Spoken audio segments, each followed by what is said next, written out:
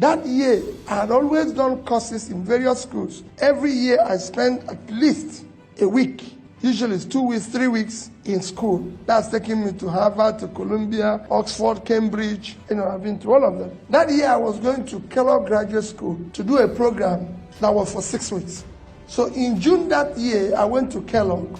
The man who founded Kellogg Graduate School, Professor Dean Jacob, it was his last year. He founded the school in 1957. 2001 was the last year he taught and retired. And he took us on what they call global economy. After 1 month of being in this class, this man never mentioned anything about Africa. A day before he concluded the lecture, the hall was full of top business leaders. A day before that final day, when he finished, I raised my hand and said, "You never said anything about Africa." He said, "You want to know about Africa?" I said, "Yes. I paid $40,000 for this course." And nothing was mentioned about the continent that came. He said, "I'll tell you about Africa tomorrow." The next day, which was his last day, he finished and said, "You want to know about Africa? It's important I tell you this story." I said, "Yes." He said, "There's nothing called African economy." He said, "Nobody plans with Africa."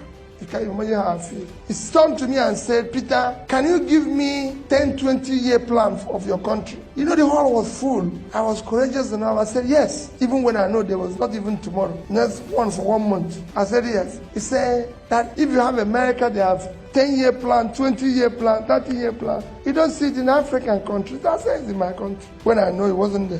See, have I ever seen any car manufacturer talking about African specification?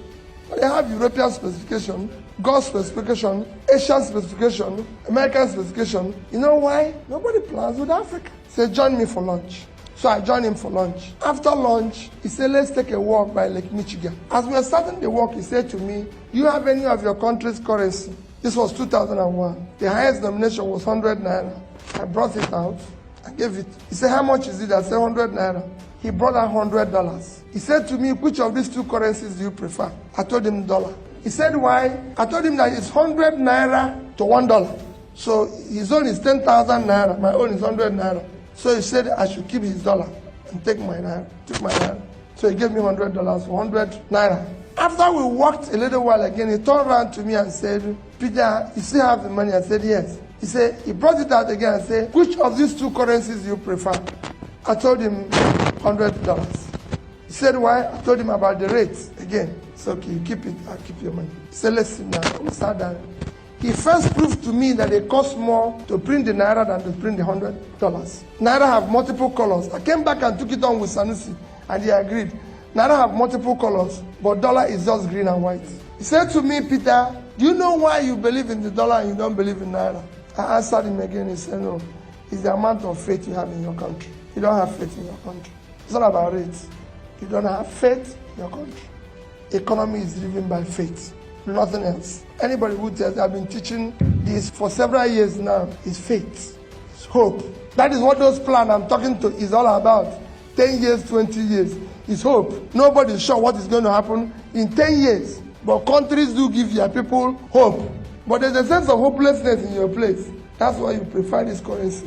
I've sat on various boards and various committees and everything. And he went on to tell me about his life. And he convinced me that Japanese people keep their money in yen, not the rates. Chinese in Chinese yuan. Malaysians, Malaysian ringgit. Singapore in Singaporean dollars. He went on, then there was no euro. He told me Italians, which their rate was worse, keep it Italian ruler. Germans in marks, everybody in this. But the Africans don't keep it because they don't have faith in their continent. So they give it to the dollar and make the dollar stronger. Because they prefer to put their money here and build in America. Now he is the lecturer. He drives S-Class. The wife is the lecturer. He drives the Lexus. The daughter is the lecturer. He drives the Lexus. The lecturers in your place don't drive such cars. Don't live such life. And they said to me, "Can I ask you for a favor?" Just to tell you a story. I said, "Yes." He said, "Go back to your country and participate in building public wealth. Public wealth enriches everybody. Individual wealth impoverishes everybody. All of you want to make private money. It does not enrich anybody."